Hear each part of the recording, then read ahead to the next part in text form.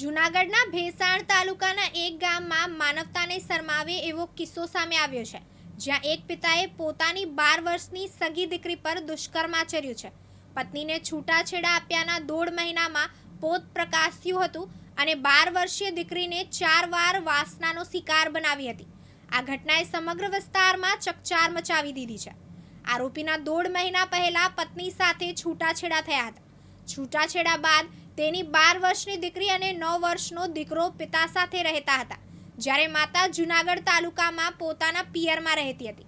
છેલ્લા 1.5 મહિનામાં પિતાએ દીકરીની નાદાનીનો લાભ લઈ 3 થી 4 વખત દુષ્કર્મ આચર્યું હતું.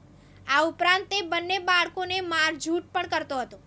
આખરે પીડિત દીકરીએ હિંમત કરીને પોતાની માતાને આ સમગ્ર ઘટનાની જાણ કરી હતી. દીકરીની વ્યથા સાંભળી માતા તરત જ ભેસાણ પોલીસ સ્ટેશન પહોંચી હતી.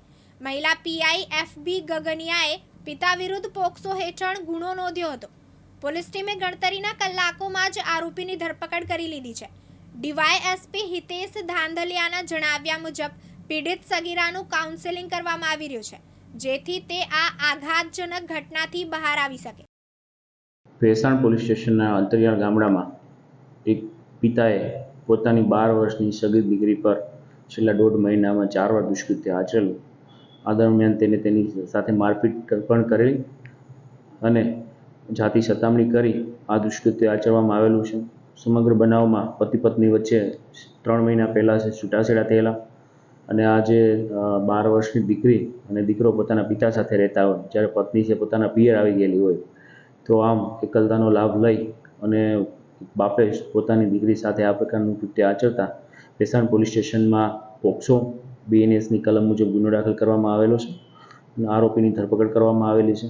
સાથે સાથે ફોરેન્સિક ના જે એક્સપર્ટ છે તેમને સાથે રાખી અને આ બનાવ સંબંધિત તમામ સાયન્ટિફિક દસ્તાવેજી પુરાવો એકત્રિત કરવામાં આવેલા છે. વધુમાં નામદાર કોર્ટમાં તેમને છે રજૂ કરતા જેલ વોરંટ ભરતા હાલ છે આરોપીને જ્યુડિશિયલ કસ્ટડીમાં મોકલી આપવામાં આવેલા છે અને આ જે ભોગ બનનાર સગીર વયની જે બાળકી છે તેને પણ કાઉન્સેલિંગ માટે બાળ સુરક્ષા અધિકારી શ્રી અને મનોચિકિત્સકની સલાહ લઈ અને તે આ એક દુઃખદ જે બનાવ છે તેમાંથી બહાર આવે તે માટે હાલ ભેસાણ પીઆઈ શ્રી જાતે આ સુપરવિઝન રાખી રહેલા છે. મહેશ કથિરિયા, દિવ્યાંગ ન્યૂઝ, ભેસાણ, જૂનાગઢ.